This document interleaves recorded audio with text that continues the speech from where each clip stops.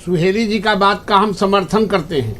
नीतीश कुमार जी की जरूरत है इस बिहार को, इस लोकतंत्र को, इस देश को, इस राज्य को। इस राज्य को संवारा है, इस राज्य को संवारना है, इस राज्य को सींचना है, इस बगिया को बेहतर बनाया है, इस बगिया में और भी बेहतरी के लिए काम करना है। नीतीश कुमार जी जिस दिन खुले मन से कह दें कि हमारा ये अंतिम चुनाव है, उनके घर पर बिहार की जनता चढ़ाई कर देगी। सुकन्या जी, नीतीश कुमार ऐसा व्यक्तित्व कभी कभी पैदा लेता है और इस बिहार को आज़ादी के बाद पहली दफा नीतीश कुमार ऐसा नायक मिला है जिसको आने वाला 50 साल तक पीढ़ी भुला नहीं सकता है। इस राज्य में जहां सड़क, बिजली, पानी का मुद्दा हुआ करता था, आज कोई भी सड़क, पानी, बिजली के मुद्दे पर बात नहीं करते हैं, क्योंकि नीतीश कुमार ने इससे पहले कहा था कि अगर बिजली का प्रॉब्लम, सड़क का प्रॉब्लम, पानी का प्रॉब्लम खत्म नहीं कर देंगे तो वोट नहीं मांगने आएंगे। इतना कमिटमेंट वाला आदमी मैंने हिंदुस्तान के इतिहास में इतना कमिटेड अपने जनता के लिए नहीं देखा है। और वो कह देंगे, वो अपने आप को अकेला पूछते हैं, वो अपने प्रॉपर्टी हैं, वो बिहार की प्रॉपर्टी है, लोकतंत्र की प्रॉपर्टी है, जनता की प्रॉपर्टी है, भारत की जनता की प्रॉपर्टी है। और वो जिस दिन कह देंगे, जिन बातों को आप ट्विस्ट कर रही हैं कि उन्होंने कहा कि मेरा अंतिम चुनाव है, उनके घर पर बिहार की जनता, यहाँ करोड़ों जनता चढ़ाई कर देगी। नीतीश कुमार के कहने का भाव यह था कि आज अंतिम चरण है और अंतिम मेरे मीटिंग है, आप कहिए तो मैं माला पहना दूं। और ये जो विपक्ष के लोग कहते हैं कि ये हमारे बारे में कि नीतीश कुमार के छुरा भोंकते हैं, छुरा भोंकने, किडनैपिंग कराने, स्कूटर पर सांड ढोने, मॉल का मट्टी बेचने, अलकतरा पीने, मेधा घोटाला करने का तो ट्रैक रिकॉर्ड आपका ही भारतीय जनता पार्टी पर कहां से कह रहे हैं। हम जिनके साथ जीते हैं उनके साथ जीते हैं। जाइए ना, आप उपेंद्र कुशवाहा जी को इतना दिन तक टहलाया, अपमानित किया, आपने अपमानित किया, आपने और साथियों को, वीआईपी के लोगों को अपमानित किया, आपने जीताराम मांझी जी को अपमानित किया। मैं किसी को अपमानित नहीं करता हूं, मैं जिसके साथ चलता हूं उसके साथ चलता हूं।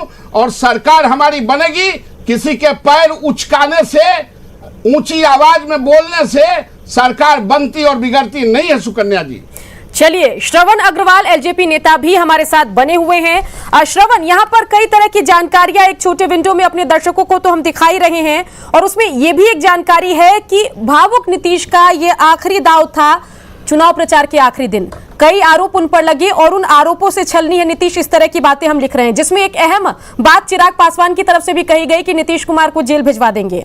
तो इस तरह का व्यक्तिगत हमला बहुत ज्यादा नहीं हुआ है नीतीश कुमार पर इस चुनाव से पहले। यह पहला मौका है जब इतना व्यक्तिगत हमला हुआ है। नीतीश कुमार की अलग छवि रही है, चाहे आरजेडी में जाएं, चाहे बीजेपी में जाएं, बहुत ज्यादा खुलकर कोई उनकी तारीफ, बुराई नहीं करता है, लेकिन इस चुनाव में खूब हमले हुए और इस हमले में लगातार सबसे आगे बने रहे चिराग पासवान। सबसे ज्यादा तीर जो है वो चिराग पासवान ने नीतीश कुमार पर दागे। और इस बयान को एलजेपी से कैसे कनेक्ट करके आप देखते हैं, बताइए। देखिए सुकन्या जी, जिस तरह के आरोप प्रत्यारोप, भाषा की मर्यादाओं को लांघने का काम जनता दल यू के लोगों ने किया, व्यक्तिगत हमले, व्यक्तिगत तीर हमारे नेता आदरणीय चिराग पासवान जी पर दागे गए। श्रवण, ये बताइए कौन से व्यक्तिगत हमले जेडीयू की तरफ से हुए, ये बताइए व्यक्तिगत हमला कौन सा था?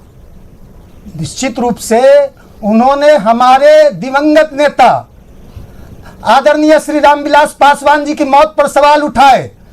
एक वीडियो जनता दल यू के लोगों ने कहीं से खरीदा बड़े पैसे देकर, उस वीडियो को जनता के बीच चलाने का काम किया, लेकिन जनता पूरी तरह से समझ चुकी है।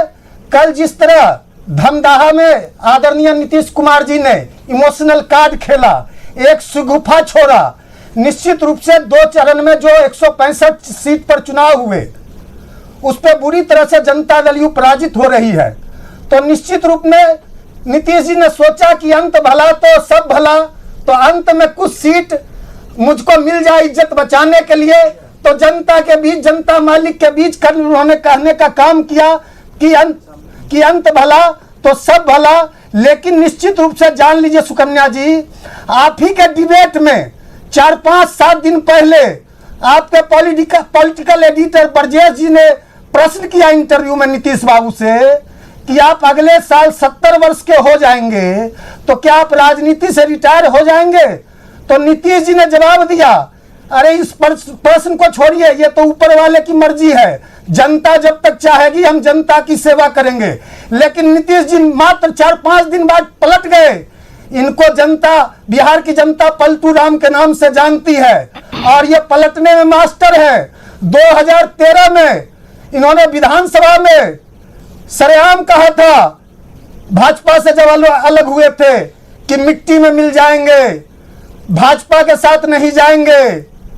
2014 में जब यह लोकसभा हारे, मात्र 2 सीट इनको नसीब हुआ, तो इन्होंने अपने मुख्यमंत्री पद से इस्तीफा दिया। हम अब मुख्यमंत्री पद से मेरी नहीं। श्रवण जी, पलटने का इतिहास किसका नहीं रहा है? चिराग पासवान, रामविलास पासवान, क्या आपकी हिस्ट्री पे मैं जाऊं? सब राजनीति में पलटते हैं।